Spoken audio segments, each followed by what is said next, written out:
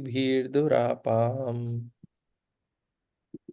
क्षेमं स कश्चित् युयुधान आस्थे यः फाल्गुनाल्लब्धधनुरहस्य लेवेञ्जसादोक्षजसेवयैव गतिं तदीयां यतिभिर्दुरापाम् क्षेमं स कश्चिद् युयुधान आस्थे यः फाल्गुनाल्लब्धधनुरहस्य लेभेञ्जसादोक्षजसेवयैव गतिं तदीयां यतिभिर्दुरापाम्. Hare Krishna, please recite.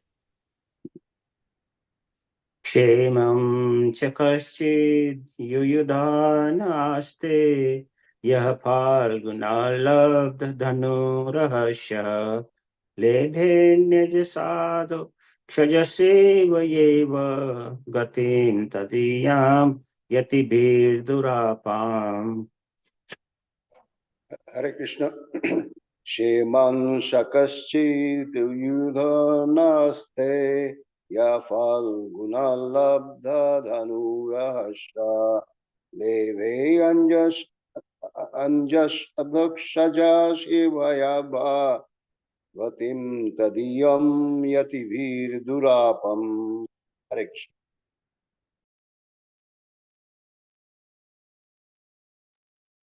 Hare Krishna. Shemam shakasche iyudhanaste ya falgunalava dhanurahasyaha devim jashadokshaja shivayev gatim tadiyam yativir durapam. Hare Krishna. Hare Krishna. Mam sakashid yuyudana aste yah falgunal laptano rahasya lebhe anjasa doshajaste vayeva gatim tadiyam yadivi durapam.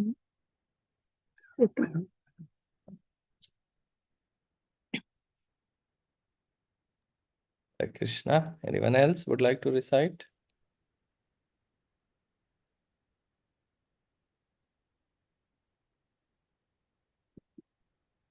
Okay.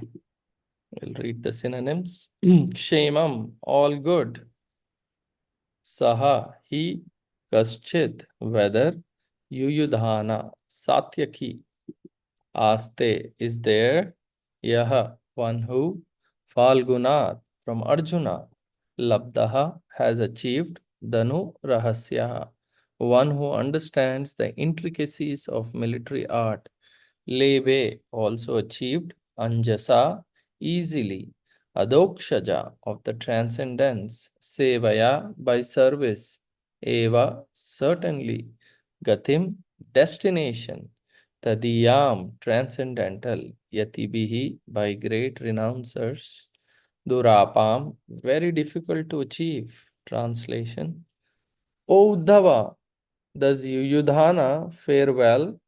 He learned the intricacies of the military art from Arjuna and attained the transcendental destination, which is very difficult to reach even for great renouncers. Purport. The destination of transcendence is to become the personal associate of the personality of Godhead, who is known as Adokshaja, he who is beyond the reach of the senses. The renouncers of the world, the sannyasis, give up all worldly connections, namely family, wife, children, friends, home, wealth, everything, to attain the transcendental bliss of Brahman happiness. But the Dokshaja happiness is beyond Brahman happiness. The empiric philosophers enjoy a transcendental quality of bliss by philosophical speculation on the supreme truth. But beyond that, pleasure is the pleasure enjoyed by Brahman in his eternal form of the personality of Godhead. Brahman bliss is enjoyed by living entities after liberation from material bondage.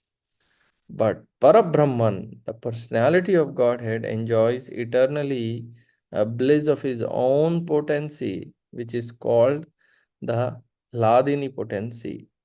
The empiric philosopher who studies Brahman by negation of the external features has not yet learned the quality of the Hladini potency of Brahman. Out of many potencies of the omnipotent, there are three features of his internal potency, namely Sambit, Sandhini, and Hladini. And in spite of their strict adherence to the principles of Yama, Niyama, Asana, Dhyana, Dharana, and Pranayama, the great yogis and jnanis are unable to enter into the internal potency of the Lord. This internal potency is, however, easily realized by the devotees of the Lord by dint of devotional service. Yuyudhana achieved this stage of life just as he achieved expert knowledge in military science from Arjuna. Thus, his life was successful to the fullest extent from both the material and spiritual angles of vision. That is the way of devotional service to the Lord. Hare Krishna. Om Ajnana Timirandhasya Jnananjana Shalakaya Chakshur Unmilitam Yena Tasmai Shri Guruve Namaha. Shri Chaitanya Manobhishtam Sthapitam Yena Bhutale Swayam Rupa Kadamayam Dadati Sapadantikam Nama Om Vishnu Padaya Krishna Presthaya Bhutale Srimate Bhaktivedanta Swaminiti Namane Namaste Saraswate Deve Gauravani Pracharine Nirvishesha Shunyavadi Paschatya Deshatarine Jaya Sri Krishna Chaitanya Prabhu Nityananda Shri Advaita Gadadhar Shivasadi Gaura Bhakta Vrinda Hare Krishna Krishna Krishna Hare Hare Hare Rama Rama Rama Hare Hare. Hare Krishna, thank you all for joining for our daily Srimad Bhagavatam study at ISKCON of Philadelphia. And thank you for giving me this opportunity to speak, primarily for my own purification.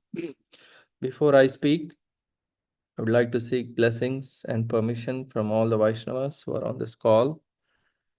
Thank you. Nama Om Vishnu Padaya Krishna Prishthaya Bhutale Srimate Sachinandana Swami Niti Namne Nityananda Priya Preshta Dina Bhatre Kripar Kavet Hari Sankirtan very much. Sharanam. So this third canto of Srimad Bhagavatam chapter 1 is titled Questions by Vidura. And Vidura is talking to whom? Anybody remembers? Uddhava. Uddhava. Yes, he's asking these questions to Uddhava. And the Kurukshetra war is already finished by now. Yeah. And Lord Krishna had departed from Hastinapur, where he was there for quite a long time. And then he was returning to his own abode. The Yadus had been destroyed or destroyed themselves. But Vidura, who is speaking here, he was in pilgrimage. Yeah. And he didn't witness any of these, whatever had happened. Although he learnt of all those events, but he's asking Uddhava. And who is he asking about? He's asking about the welfare of the associates of the Lord. Yeah, that's what he's inquiring in all these verses.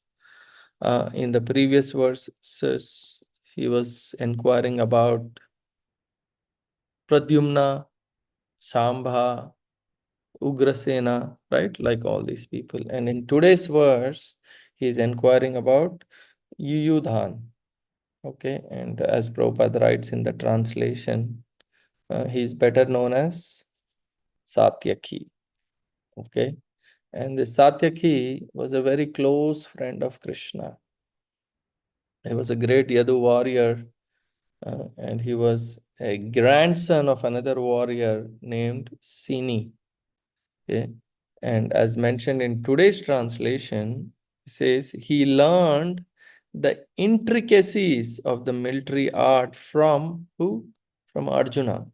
He had learned. Yeah. He was a military disciple of Arjuna. Arjuna taught many skills and tricks in the military arts. And this Yudhan, he was, like a few others, was also known as Maharatha. Maharatha means, any guesses? What is the meaning of the word Maharatha?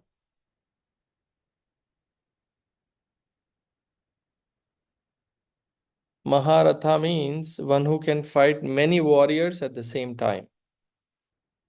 It's called Maharatha. If anybody remembers, did this name of Yuyudhan or Satyaki come in the Bhagavad Gita? Was any reference given in the Bhagavad Gita anywhere? Yes, it is, Prabhu. I do not remember in which chapter, but definitely I read that. Well, Yes. you Huh? the first chapter. First chapter, yeah. Yes, chapter. yes. When they're Thank talking about all the personalities, maybe verse 5 or 6 or something. Correct. In verse 4 is mentioned. So, the context is where in that army, there are so many heroic bowmen and who are equal in fighting to Bhima and Arjuna. Bhima Arjuna Samayudhi Yuyudhano Viratascha. Yeah, in text 4 it is said. So in this army are many bowmen, heroic bowmen, who are equal in fighting to Bhima and Arjuna. And who are these? They are great fighters who are equal, to Bhima and Arjuna. And these are Yuyudhan, Virata, and Drupad. This is mentioned in the 4th text of the 1st chapter. Sanjaya describes, armies of the Pandavas is not without great warriors. You may be thinking the Kauravas have great warriors, but Sanjaya is describing the great warriors on the side of the Pandavas. And he's saying, in addition to Bhima and Arjuna, there are equally heroic warriors. Yeah? And Yudhan is mentioned there. And he's also mentioned as a Maharathi there. Okay? And then in the 1st chapter itself of the Bhagavad Gita, text 16 through 18, Satyaki cha aparajita. Parajit means what? Defeated, right? Who can be conquered. Aparajit means who is unconquerable. So Satyaki cha aparajita. He is unconquerable. He is not defeated by anyone. And you can see, after the Kurukshetra war, how many people survived? Anyone remembers the names? Of course, the 5 Pandavas. Who else survived?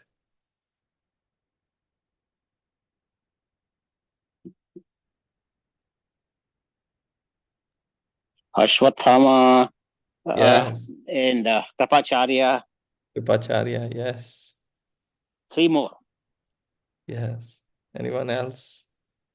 Kritavarma was there. Kritavarma, yeah. And then we have Yuyudhan. Uh-huh. Yuyudhan was also there. That's why, his reference is given. His reference is given in the Bhagavatam also. I will talk about that when Ashwadhama was captured. Everybody wanted to, after all, at the end, everybody agreed to let him go, but Bhima was not willing to forgive Ashwadhama. So along with Arjuna and Draupadi, Satyaki was also there. So Satyaki was also there. Yuyutsu also survived, who was the half-brother of Duryodhana. So anyways, this Satyaki was a very valiant hero. It is also described in the Mahabharata that one time he was fighting with Dronacharya. He broke 18 of his bows in succession, one after the other, before even Drona could lift his bow. and shoot one arrow. Yuyudhan had already broken 18 of his bows. And Drona applauded Satyaki. Oh, bravo, bravo. So, anyways, this Satyaki is being glorified in the Mahabharata, and he was appointed to protect King Yudhishthira from Dronacharya. If you remember, somehow or the other, Dronacharya was determined to capture Yudhishthira, especially when Krishna and Arjuna were diverted to somewhere else and were very far away. But it was Satyaki who protected. He killed Purishrava. I mean, I'm not going to go into that story, but just to emphasize how great a warrior he was. And also in the Bhagavatam, it is mentioned in the first canto, where son of Drona captured, in that chapter also, and in the 10th canto, that when Ashwadhama killed the sons of Draupadi, it was Satyaki was also there in that assembly when Ashwadhama was captured.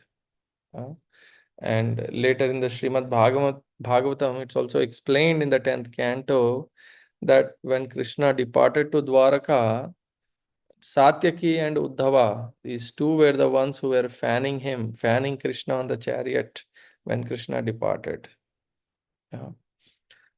So there is not much description of Satyaki's devotional or transcendental activities in the Mahabharata. Because Mahabharata, the primary narrations and the perspective in Mahabharata is the primary focus is on Dharma, Artha, Kama, and Moksha, right? But the Srimad Bhagavatam is a transcendental scripture or literature. It doesn't have anything with the other parts of religiosity, right? Dharma projita kaitavatra nirmatsaranam satam, So the perspective of Srimad Bhagavatam is all about such great personalities like Yuyudhana, because they are all devotees of the Lord. They are all associates of the Lord. So here in this verse, Satyaki's devotional nature is being discussed. And all these great personalities who participated in the Lord's Leela, they are all associates of the Lord. So that's why his qualities as a devotee are discussed here. And what is one of the qualities that is being discussed here in this verse is Adokshaja Sevayaiva. Adokshaja Seva. So Adokshaja, so Satyaki is described as Adokshaja Sevaya. Adokshaja means, as Prabhupada writes, one who is beyond these material senses, beyond the gross and mundane senses. Krishna cannot be perceived by our gross contaminated senses. We need to purify our senses. And here Satyaki is serving that Lord, Adokshaja. And because of this service to that Lord, he attained the destination. It says in the verse, it is explained that Gatim. Gatim means what? Gati is destination. Tadiyam. Tadiya means transcendental destination. Yeah. Anyone remembers this word Tadiya? Where else did we hear? There is one popular verse. Aradhananam sarvesam. Yes. Wonderful. Thank you, Mataji. Hare Krishna. Aradhananam sarvesham Vishnor aradhanam param tasmat parataram devi tadiyanam samarchanam. Tadiyanam.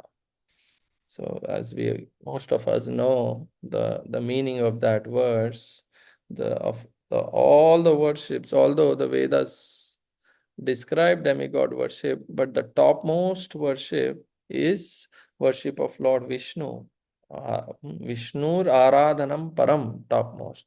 However, above that worship of Lord Vishnu is the worship of his devotees or rendering service to the Vaishnavas who are related to Lord Vishnu. So, Gatim Tadiyam. He attained that destination which is connected to Krishna, and everything that is connected to Krishna is transcendental. So he attained that transcendental destination. Prabhupada writes, and what does it mean to attain this transcendental destination? Prabhupada writes in the purport, the destination, the first line of the purport he writes, the destination of transcendence is to become the personal associate of the personality of Godhead, who is known as Adokshaja. What is that? To become the personal associate of the Lord. This is the whole focus of this verse also. Because there are many conceptions of liberation. And this verse is again reminding us that Adokshaja conception or the devotee's conception is returning back to the spiritual world. And what does he do? He associates, he gets the personal association of the Lord. And when constantly, eternally he associates with the Lord, he lives with the Lord. And this whole purport, Prabhupada is emphasizing, this is different. This is higher than and distinct from these Brahmavadis or Nirvisheshavadis, impersonalists who merge or who attempt to merge into the impersonal Brahman.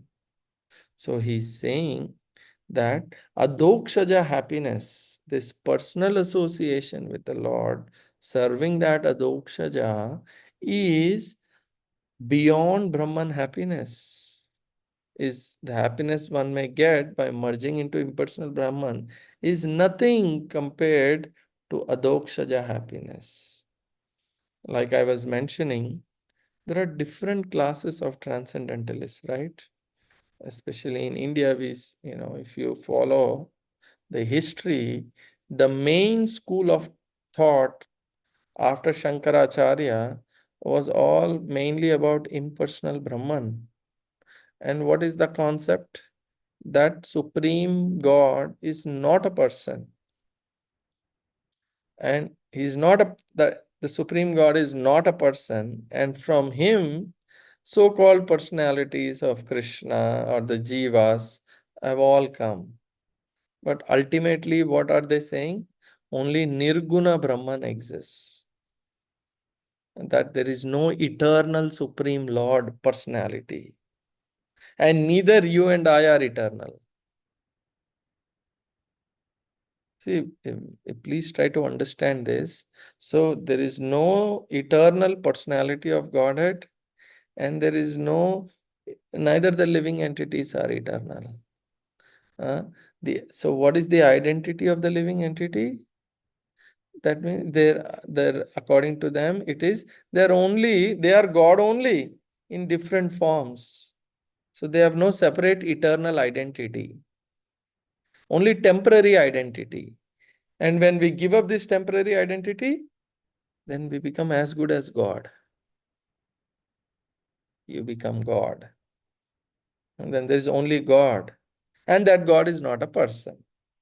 So there is no individuality. You all are following me? It's a bit technical, but is it making sense? This is the Mayavadi impersonal philosophy. Yeah? Are you all able to follow me? Yes, Good. Prabhuji. Okay. Thank you. So So does it indicate that everyone merges in that Brahman effulgence. yeah, that's what they believe. Yeah. Okay. Thank you. And then there is no individuality. Everything is law. There is nothing, right? There is no individual. And that ultimate truth, absolute truth, is also not a person. So we don't exist anymore. We merge into God. We become God. But then came Ramanujacharya, Madhvacharya came. Then they all explained Vedanta in the original way as it is. Whereas Shankaracharya, whose followers are the ones who follow this. And then Shankaracharya at that time made a lot of word jugglery to convince people that God is not a person. And the only goal is for us to merge with that Brahman. And that is our ultimate happiness. And that all these relationships that we are having, friendships, parents, siblings, this is all Maya. They don't exist. And there is nothing like eternal relationship in the spiritual world, because God does not exist. You and I don't exist. There's no person. But if we see, Chaitanya Mahaprabhu is none other than Krishna himself. When he was in Benares, he had a very convincing session with all the Mayavadis. Prakashananda Saraswati was there. And Chaitanya Mahaprabhu explained this principle of Parabrahman. Parabrahman having unlimited energies, and that he is a person. And all these energies are meant for the pleasure, transcendental pleasure. And he explained, the nature or the principle of Ananda or bliss is the nature of the soul. According to this impersonal philosophy or Brahmavadis, Ananda is, there is no real Ananda, it's negative Ananda. Meaning, Ananda means freedom from material miseries. This is Ananda. See, like if I am suffering, somebody is holding my head or hair and submerging me in water. What is happening? I'm suffering. I'm suffocated. I need air to breathe. Right? I suffer a lot. Suddenly, if I'm taken out of that position, how do I feel? I get so much oxygen and I feel relieved. And this is like Ananda. Brahmananda, or this impersonal, is like that. Living entity is going through so much suffering, because I always expect things to be, permanent, but everything is temporary. And in this material world, it is dukkhalayam ashashvatam. Right? Every step there is danger, dukkha. Because of this suffering. So we are all running behind happiness, ananda, love, pleasure, intimacy. The soul is seeking, but he doesn't get any ananda. I'm just explaining the Mayavadi philosophy. And because we are running behind ananda and pleasure, but there is suffering every step, everywhere there is suffering. And because I don't get fulfillment, so what the Mayavadis or the speculators, they think very rationally. Oh, everywhere there is suffering, suffering, suffering. And what is the cause of this suffering? My separate identity is the cause of suffering.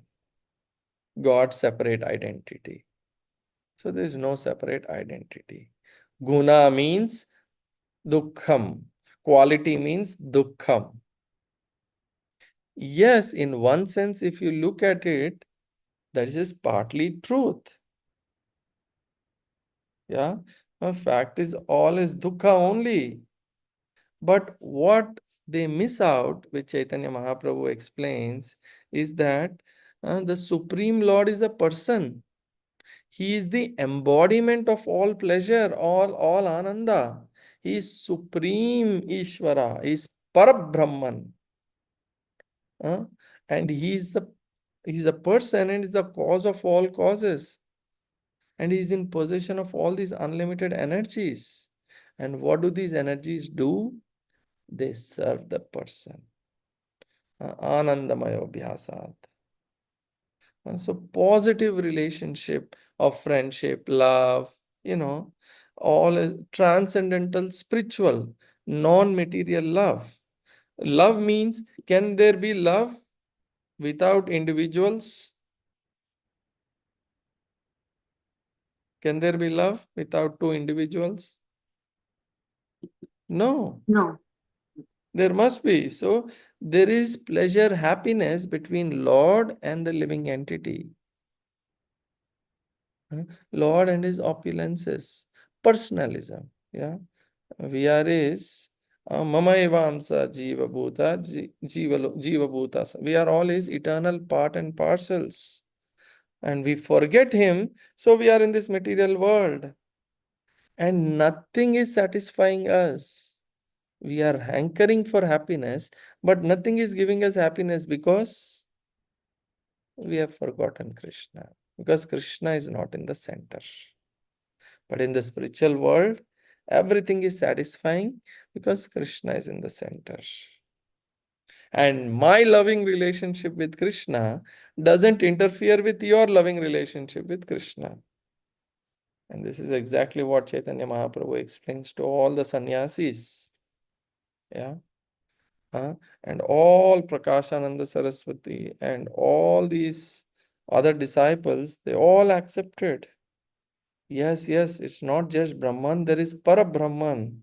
And yes, there is a relationship. Yes, there is a spiritual world. Thousands and thousands of sadhus went to take blessings of Chaitanya Mahaprabhu. Whole of Varanasi was talking about Vaishnavism.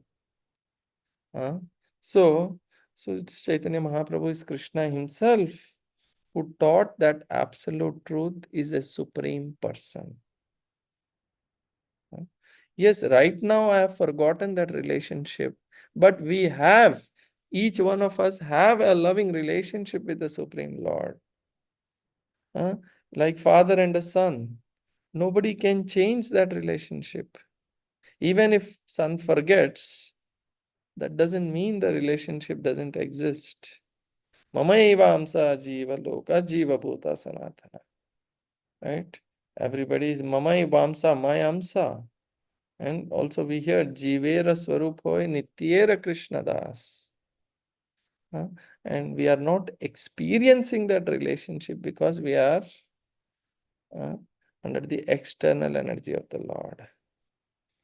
So we have this free will that either to surrender to Krishna or to use our free will to forget him and try to independently live without Krishna to satisfy myself. So when you are frustrated, go merge into Brahman. That is also Krishna's effulgence only. Yeah.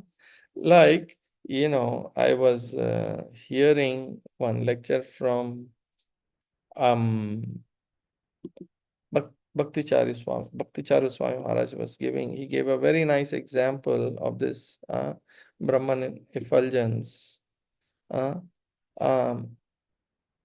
example he gives is,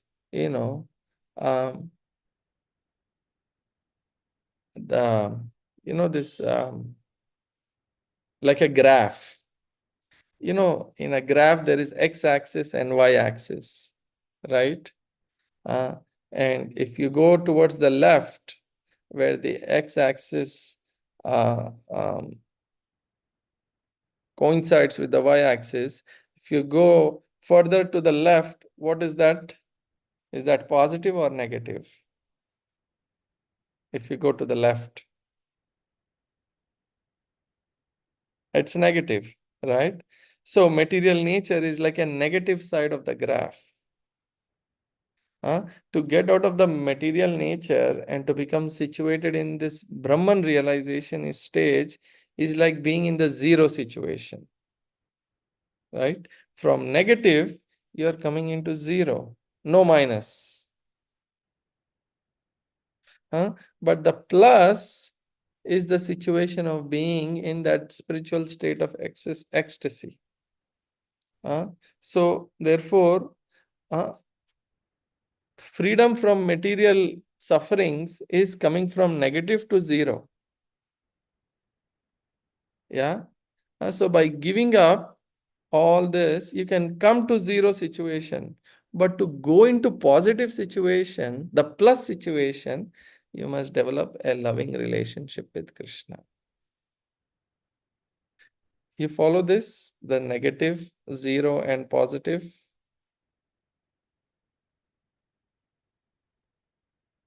Yes, Prabhuji, it's very good Okay. example. Okay. So, Mm. positive. So, okay, we are suffering everywhere. There is dukkha. Oh, giving this up, merging into Brahman effulgence is just coming to that 0 situation. That's see, no more suffering is not really enjoyment. Okay, lack of suffering, you may feel little. Like, I had a $1 million of debt. So today I'm in a negative situation. Let's say somehow or other I have cleared and come to 0, no debt. That still is just no debt. There's no positive. Yeah, positive means adokshaja sevaya, to engage in the personal loving relationship of the Lord. And we see some great personalities who were initially worshippers of impersonal Brahman, then they became devotees, glorifying the personal form of the Lord. For example, we read in the Bhagavatam itself in the 2nd canto. In the 1st chapter, text 9, it is explained, none other than Sukadev Goswami himself. Sukadev Goswami, he says, speaking to Parikshit Maharaj, he says, O Raja Rishi, O King Parikshit, formerly I was situated in Nairgunya. He said, Parinishthita api Nairgunya, Uttama Shloka Leelaya. So I was previously situated in this Brahman. Means beyond these 3 modes. I was an impersonal Brahman. I was fixed on the path of impersonal Brahman. But then what happened? Uttama Shloka Leelaya. Uttama Shloka is Krishna. I heard about the transcendental pastimes of the Lord, and which I accepted within my heart. Grihita Cheta. And because of this, what happened? I became so firm in hearing about the Bhagavatam. And he was experiencing transcendental bliss. Earlier also he was experiencing bliss in the impersonal Brahman, but the bliss that he experienced in Krishna consciousness was far, far greater than the bliss in impersonal Brahman. Same way, there is another example of Bilva Mangal Thakur, Chaitanya Charitamrita is explained. Formerly, in his early life, Bilva Mangal Thakur was on the path of Advaita, impersonal monism. He says, in fact, he says, I was formerly worshipped by monists, Advaitavadis, meaning if he was worshipped by monists, naturally he was also a monist. And if some monists are worshipping him, means he's an advanced monist, right? So he was an advanced monist, impersonal. And what was he doing? Bilva Mangal Thakur says, I was absorbed in Swa Ananda, impersonal realization in self. I was in the bliss of self-realization. And he says, I was also initiated in this path. Then he says, I then came across a big cheater, Shatam, cunning or cheater. He cheated me by force. And what did he do? He made me his maid servant. This is Bilva Mangal Thakur. And who is this cheater who made him his maid servant?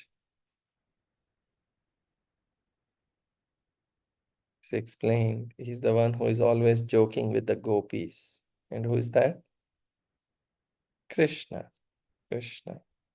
So, saying I was advanced on this part, but the moment I came in contact with Krishna, everything else became insignificant.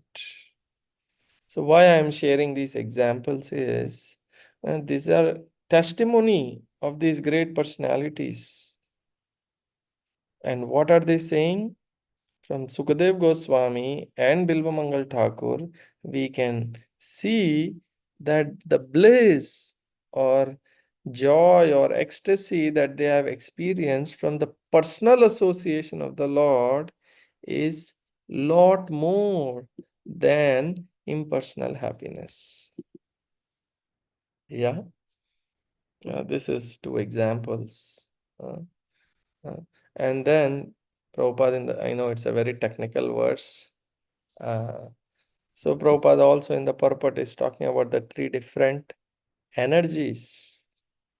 Yeah, he's talking about the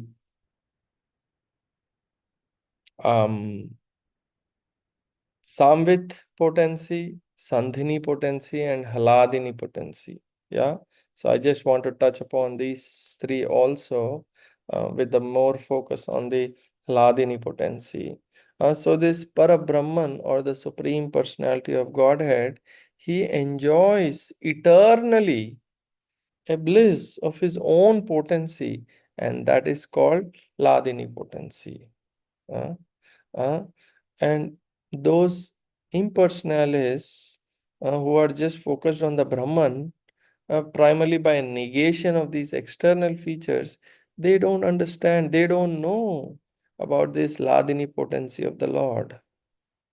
As Prabhupada writes, out of the many potencies of this omnipotent Lord, there are three features of his internal potency: the Samvit potency, Sandhini potency, and Hladini potency. Yeah.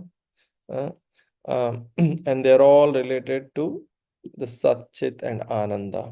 So the Sandhini potency is that potency by which the Lord maintains everything. It is the basis of existence, the Sandhini potency. And the Samvit potency is cognitive, meaning the Lord knows everything, and by which Krishna causes us to know him is through this Samvit potency.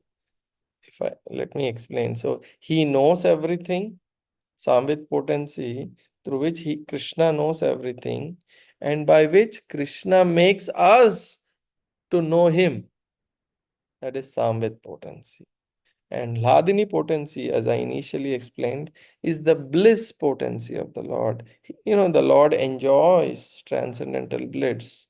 And he not only he enjoys, but he also awards this transcendental bliss to his devotees. Right? So the devotees can also enjoy transcendental bliss. So it's written in the Chaitanya Charitamrita that the process of deliverance means we have to be awarded the Samvit and Hladini potency. When we are awarded these potencies, then we become eligible to go back to Godhead. And this is discussed in the conversation between Ramananda Rai and Sri Chaitanya Mahaprabhu. So he explains that this Hladini potency is the bliss or ecstasy potency or the prema bhakti. We talk about love and happiness, right? In this material world, we have heard many times, and the truth is there is no true happiness in this material world. Why? Because it's not connected to Krishna. But on the platform of this Hladini Shakti, happiness is love and love is happiness. If you have even a small drop of this Hladini Shakti or the Prema Bhakti, if you are awarded or infused with even a tiny, tiny, tiny drop of this, then we will fall madly in love with Krishna. Then we'll have a loving reciprocal relationship with the Lord. And this loving reciprocal relationship will go on forever. unlimitedly. The whole point is, Prabhupada is explaining that the personal loving devotional service to the Lord is the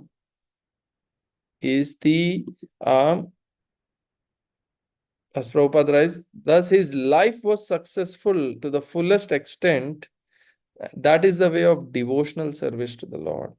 So, for our life to be successful, we have to engage in this loving devotional service to the personal form of the Lord. And this process of devotional service is very sweet. And Srimati Radharani, she is the essence of this prema, or as we hear, the storehouse of this prema. And how can we receive this? Only through the process of devotional service. Because when we serve the Lord, what happens? The Lord is pleased by our service attitude. And when the Lord is pleased, what does He? He blesses His devotees. So if we have a proper service attitude, which is the underlying principle in everything we do, in everything, then we receive the mercy of the Lord. Then we can taste this bliss, the real bliss. And because of that same devotional service, Yuyudhan's life was successful. He perfected his life materially and spiritually. Yuyudhan, he was not a sannyasi. He was a warrior. He perfected his life both materially and spiritually. So just by following in the footsteps of such great personalities, we can also perfect our lives. Yeah, I'll pause here. Any questions, comments? I know it was a technical verse, but any questions, comments? Hare Krishna, Prabhu. Hare Krishna. It was a very beautiful, wonderful class. I have one question where you told, when we cleared out our debt, that is also not positive. Can you please explain a little bit why? I mean, we think it is not positive. Yes, sure. Thank you, Mataji. See, everything that we are doing in this material world, we are doing for the sake of getting some joy, right? Yes. Everything. But on the material platform, what we realize that there is no joy here. Yeah. I may get so much money, but still I don't get what I want. So then one realizes there is no enjoyment in the material nature.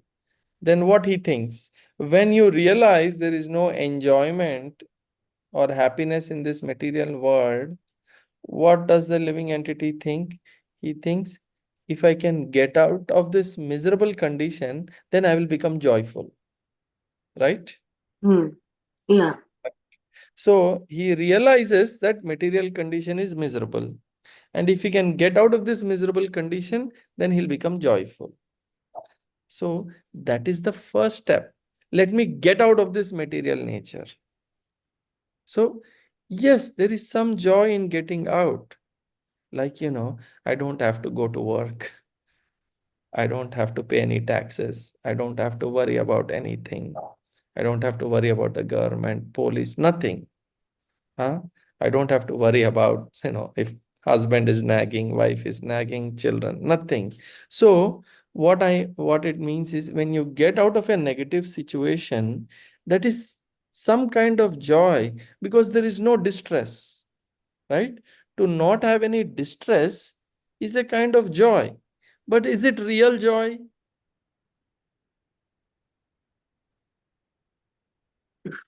What do you think? Like I gave you an example. If I am a minus $1 million in debt, I'm in anxiety, right?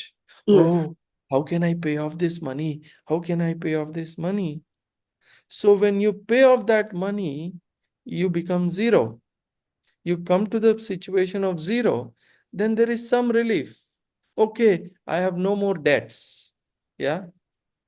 But still, coming from minus, coming to zero, but is zero the goal of our existence?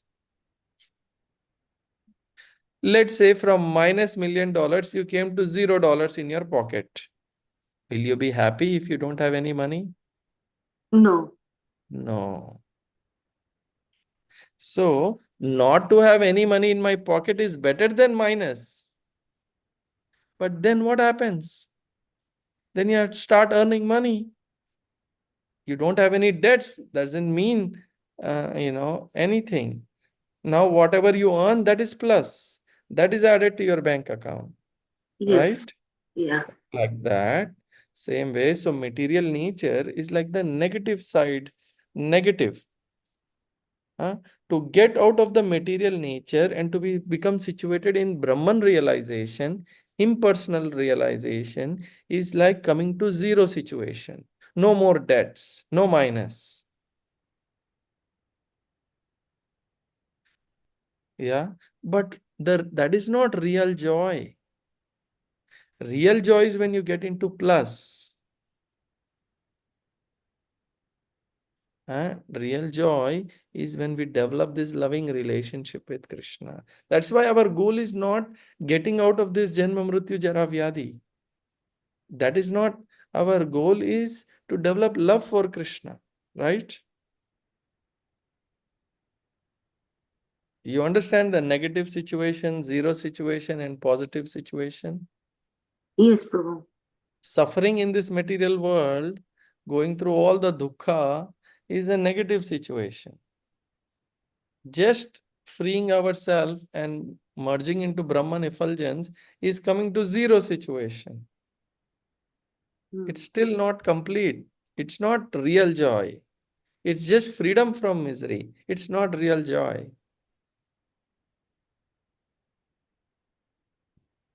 Yes, Yeah? Prabhu. Yeah. Yes. Okay. That's what I Thank you, was. Prabhu. Yeah, no problem. Any Hare, other? Hare Krishna, Ah, Prabhuji. Very nice okay. class. And just I have one question. What Mm, is Sandhini potency of the Lord? Yeah, so the Sandhini potency is the potency by which he maintains everything in this creation. It is the basis of everything, Okay. right? The Lord maintains everything in this creation through his Sandhini potency. So it is the basis of everything that exists. Okay. Okay. And you said Yeah. that Sambit and Haladini Ladini. potency. Ladini is the pleasure potency. Yeah. Through which you derive that bliss or ecstasy or prema. Okay. Okay. Yeah. So we get that pleasure from Krishna. Yeah. Krishna's Haladini potency. Yes. Yeah. Right. And Sambit is Prema. also knowing the Krishna by Yeah. Krishna. Sambit is the cognitive potency, or Krishna knows everything, and through the Samvit potency is how Krishna knows everything, whatever is happening, wherever it is happening, and Okay. by which Krishna causes us to know him. How can we know? We can know Krishna only if Krishna chooses to reveal to us, right? And so Krishna causes us to know him through the Samvit potency. Okay. Okay. Thank you. Yeah. Thank you. You explained very nicely. Thank you very much. Okay. I know it was a bit technical words, but And we thank have to develop a loving relationship. We have the relationship and we have to experience it when we are not, by not affect, be, by not being affected by material things. That's how we experience loving relationship. which already exist. So to receive this Krishna prema or prema bhakti, we need to engage in the process of devotional service. By serving the Lord in the association of pure devotees, we can receive that Krishna prema. Like I said, when we serve the Lord in the association of his pure devotees, the Lord is pleased by our service. And when the Lord is pleased by our service, he blesses us. Okay. And when Lord is blessing us means we are receiving Lord's mercy. And when we receive the Lord's mercy, we can taste that real happiness, real joy. Okay. Yeah? Thank you. Yes. By sincerely serving the Lord in the association of his pure devotees through the process of Shravanam, Kirtanam, Vishnu Smaranam, Pada Sevanam, Archanam, Vandanam, Dasyam, Sakyam, Atma Nivedanam. Through these 9 processes of devotional service, when we hear, when we chant, when we remember the Lord, serve the Lord, cook for the Lord, clean for the Lord's temple, home, serve the Lord, nice offerings, whatever way we can serve, by serving him sincerely in that mood of service attitude. I'm your humble servant. Please engage me in your service, and actually doing service. When we sincerely and humbly do this service, then Lord is pleased. When Lord is pleased, then he will give us that drop of Krishna prema. Then our life is successful. Okay. Okay. Thank you. Thank you, Ruji. Hare Krishna. Hare Krishna. Grantaraj Srimad Bhagavatam ki jai. Srila Prabhupada ki jai. Hare Krishna. Vancha kalpatarubhyascha kripa sindhuvya patitanam